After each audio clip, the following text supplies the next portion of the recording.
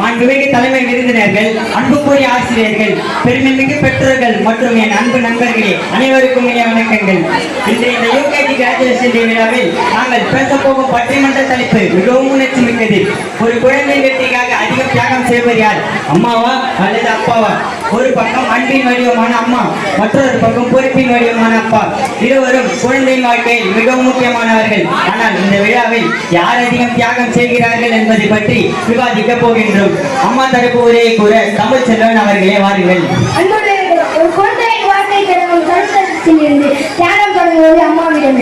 அப்பா தரப்பு உரையை கூற அம்பின் அவர்களே வாருங்கள்.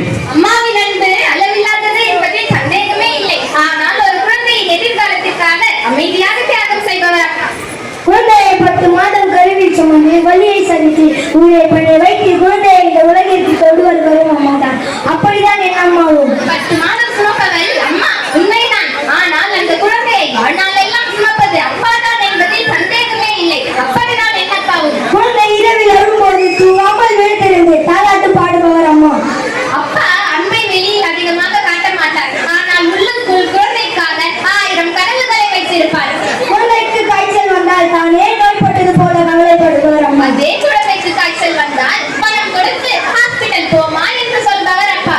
குழந்தை முதல் வார்த்தை பேசும்போது, முதல் அடியை எடுத்து வைக்கும் போது மகிழ்ச்சியில் கண்ணீர் வடிபவர் அம்மா. குழந்தை நல்ல பள்ளியில் படிக்க வேண்டும் என்று தனது தேவைகளை கூட மறந்து விடுபவர் அப்பா. அம்மா சாப்பிடாமல் இருந்தாலும் குழந்தை சாப்பிடுதா என்று கேட்பாள். வெயிலும் மழையும் பாராமல் வேலை செய்து குடும்பத்தை நடத்துபவர் அப்பா. அதனால்தான் தனது கனவுகளை மறந்தாலும் குழந்தையின் கனவுகளை நிறைவேற்ற முடியவில்லை. அதனால்தான் தமிழில் சொல்வார்கள், அம்மா இருக்கையில் தான் குழந்தைக்கு சொந்தம் என்று. ஒரு குழந்தையின் வெற்றிக்காக அதிகம் தியாகம் செய்தவர் அம்மா தான். குழந்தை வெற்றி பெறும் போது அதிகமாக கண்ணீர் வடிப்பவர் பல நேரங்களில் அப்பா தான். தமிழில் ஒரு அழகான வரி இருக்கிறது, அம்மா சொர்க்கம் என்றால் அப்பா சொர்க்கத்தையே காக்கும் தூண் என்று. எனவே ஒரு குழந்தையின் வெற்றிக்காக அதிகம் தியாகம் செய்பவர் அப்பா தான். குழந்தை விழும்போது தூக்கி நிறுத்தும் கை அம்மாவுடையது. அந்த குழந்தை உயர வேண்டும் என்று தள்ளி நிற்கும் கை அப்பாவுடையது.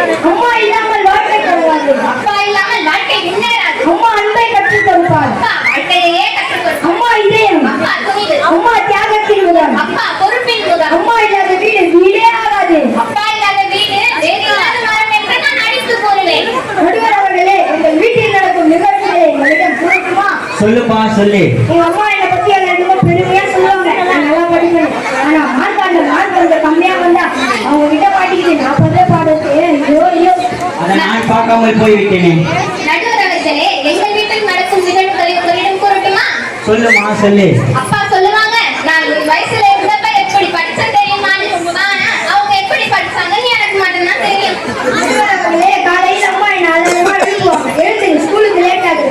நடுவர் அவர்களே, ஆனா அப்பா சொல்லுவாங்க, விடுமா இன்னும் 5 நிமிஷம் தூங்கட்டும், குழந்தை தானேன்னு. நடுவர் அவர்களே, அம்மா கடைக்கு போனா சொல்லுவாங்க, இதெல்லாம் தேவையில்லை, பணத்தை வீணடிக்காத. நடுவர் அவர்களே, ஆனா அப்பா சொல்லுவாங்க, உனக்கு பிடிச்சதை வாங்கிக்கோமான்னு.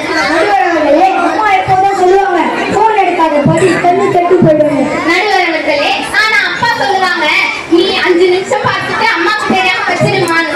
நடுவர் அவர்களே, எக்ஸாம் டைம் வந்து அம்மா சொல்லுவாங்க, டிவியா போனா நண்பர்களா, படிப்பு மட்டும். நடுவர் அவர்களே, ஆனா அப்பா சொல்லுவாங்க, நீ படிமா, நீ நல்லா படிப்பன்னு எனக்கு தெரியும், டென்ஷன் ஆகாதன்னு. நடுவர் அவர்களே, மார்க் கொஞ்சம் குறைய வந்து அம்மா சொல்லுவாங்க, இவ்வளவு நேரம் போன் பார்த்ததாலதான் மார்க் கம்மி ஆயிடுச்சு. நடுவர் அவர்களே, ஆனா அப்பா சொல்லுவாங்க, விடுமா அடுத்த எக்ஸாம்ல நல்லா படிச்சு நிறைய மார்க் வாங்கு, பார்த்துக்கலாம்னு. போதும் நிறுத்துங்க. உங்களுக்கு பிரச்சனை தான் என்ன? செல்போனா அல்லது பெற்றோர்களா? அதை விடுங்க நடுவர் அவர்களே, நான் உங்களிடம் ஒன்று கூறட்டுமா? எங்க வீட்டுல எல்லா ருச்சியும் போறதே எங்க அப்பா தான். நடுவர் அவர்களே, அந்த எல்லா ரூல்ஸையும் சீக்கிரட்டா பிரேக் பண்றதே எங்க அப்பா தான். நடுவர் அவர்களே, அம்மா டிசிப்ளின் கற்றுக் கொடுப்பாங்க. நடுவர் அவர்களே, அப்பா கான்பிடன்ஸ் கற்றுக் கொடுப்பாங்க. நடுவர் அவர்களே, அதனாலதான் வீட்டுல ஒரு பக்கம் ஸ்ட்ரிக்ட் டீச்சர் எங்க அம்மா. நடுவர் அவர்களே, அதனாலதான் எங்க வீட்டுல சப்போர்ட்டிங் லாயர் எங்க அப்பா. போதும் நிறுத்துங்க. உங்களுக்கு கொடுக்கப்பட்ட நேரம் முடிந்துவிட்டது. இப்போது இது என்னுடைய நேரம். அன்புடையவர்களே, இந்த விவாதத்தில் யார் வென்றாலும் உண்மையில் வெற்றி பெறுவது பெற்றோரின் அன்புதான். அம்மா அன்பை கொடுக்கிறாள், அப்பா எதிர்காலத்தை காட்டுகிறார். ஒரு குழந்தை வெற்றி பெறும்போது மேடையில் நிற்பது குழந்தை மட்டுமல்ல, அம்மாவின் அன்பும் அப்பாவின் உழைப்பும் சேர்த்து நிற்கின்றன. ஒரு குழந்தை வெற்றி என்பது ஒரு பட்டம் மட்டுமல்ல, அது அம்மாவின் அன்புக்கும் அப்பாவின் உழைப்புக்கும் கிடைக்கும் மிகப்பெரிய மரியாதை. அதனால் இறுதியாக நான் சொல்ல விரும்புவது, ஒரு குழந்தையின் வெற்றி பின்னால் அம்மாவின் அன்பும் அப்பாவின் உழைப்பும் சமமாக நிற்கின்றது என்று கூறி உங்களிடமிருந்து விடைபெறுகிறேன். நன்றி வணக்கம்.